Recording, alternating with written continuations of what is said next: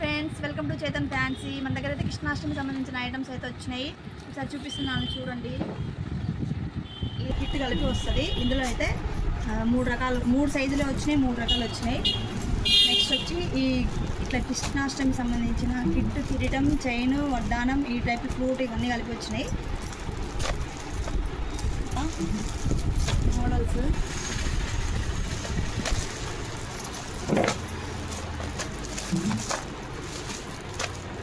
ఇవన్నీ రకాలైతే మన దగ్గర అవైలబుల్గా ఉన్నాయి. నెక్స్ట్ వచ్చేసి గోపికమ్మ డ్రెస్. ఇది లంగా, ఈ పైన వచ్చేసి ఇది జాకెట్. నెక్స్ట్ ఇది చున్నీ అన్నమాట.